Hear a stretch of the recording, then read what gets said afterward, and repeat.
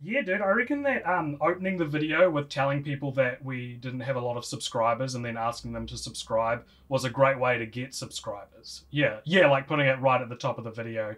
You know, people really enjoy the fact that we went from like 1,500 to 3,000. So maybe if we put it at the start of the next video, we'll get even more subs. Hey, AJ. Oh, your room smells so bad. What do you want? Dude, you're supposed to be on vacuuming. You haven't done it in 4 weeks. Okay, I'm about to record a video, but I'll vacuum the house after that. Is that okay? No, do it now or I'm changing the Wi-Fi password. Oh, don't change the Wi-Fi password. Ah! Ah!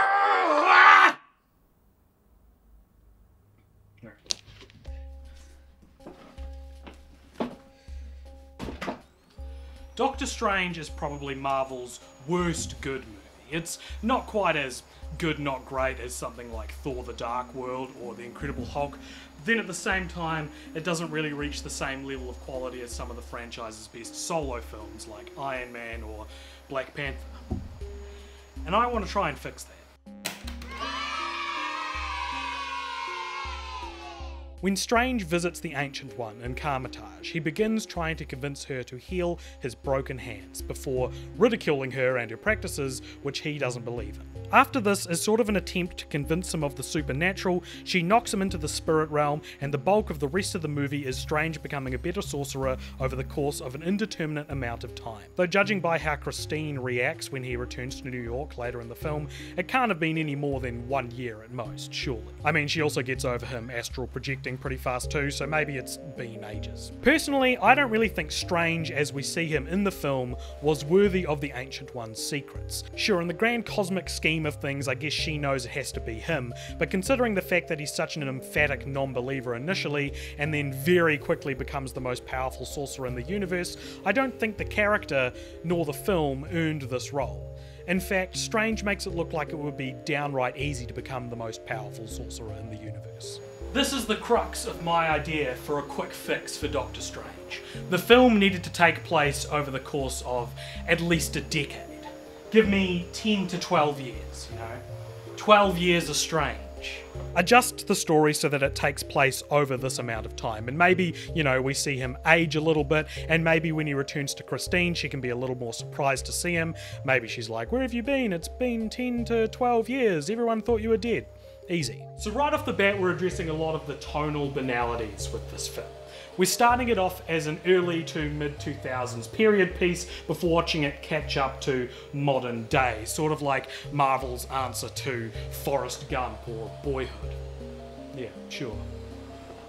You could also include some fun references to the other Marvel movies. Maybe Strange sees Tony Stark announcing he's Iron Man on TV, or maybe he's fighting in the background of the Battle of New York, and if we juggle around that confusing official continuity a little, maybe we can even see his guest appearance in Thor Ragnarok take place from Strange's perspective. Also, if we're fixing timeline inconsistencies, if Strange was already a practicing sorcerer who'd been in the background of the MCU this whole time, it would make his name drop in Captain America the Winter Soldier make more sense. Bruce Banner, Stephen Strange, anyone who's a threat. Setting it over 12-ish years also would make it more believable that Strange would and could become the sorcerer that he's apparently destined to be. We can see him struggle, we can see him adapt, and we can see him become worthy. And we can see him form stronger relationships with the Ancient One, or Wong, or Mordo, or hell, even Caecilius, who can either start out as one of Strange's co-sorcerers, who we see fall to the dark side over the course of the film, or he can be a once banished evil who has been a looming figure over Strange's tenure as a sorcerer, and he rears his ugly head at some point along the way. All the characters in Doctor Strange have their relationships tested or developed over the course of the film anyway, and I think these developments would have been a lot more powerful with a bit more time having passed. Finally, this brings us to the end of the film, the bargaining with Dormammu, which, as it currently stands in the actual film, is definitely its strongest and most entertaining scene. This scene can stay exactly as it is, but I think we need to somehow be told that the time loop Strange traps Dormammu in should take place over a really long period of time. Like, a really long period of time. Hell, it should take like 10,000 years. Legs up. Thank you.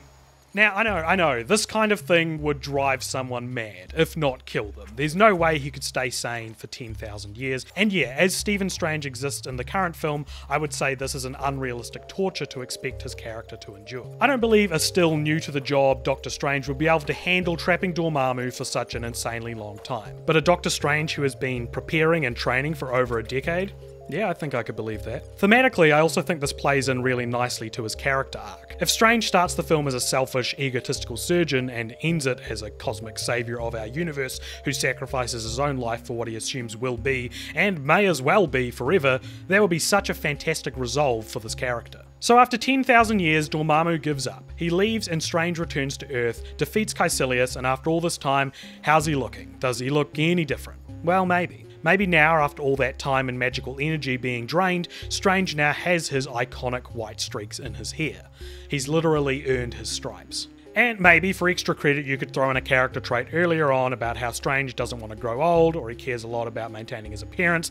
Then when his hair goes partially grey after 10,000 years, maybe he doesn't mind. Maybe he likes it. Doctor Strange is a character who I have found more interesting in the other Marvel films he appears in as opposed to his own one. And I think this is because by the time we get to Thor Ragnarok or Avengers Infinity War, we're allowed to believe that he is this almighty powerful sorcerer.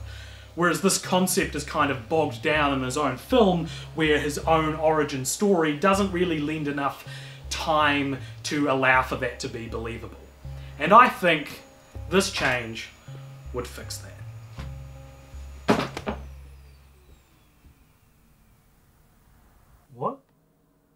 We have over 10 million subscribers now? That's incredible. And are people sharing the video with their friends? They are, and they're checking out the podcast as well. Yeah, no, I'm sure this call to action will go down well and not be patronising and more be tongue-in-cheek. No doubt, no doubt.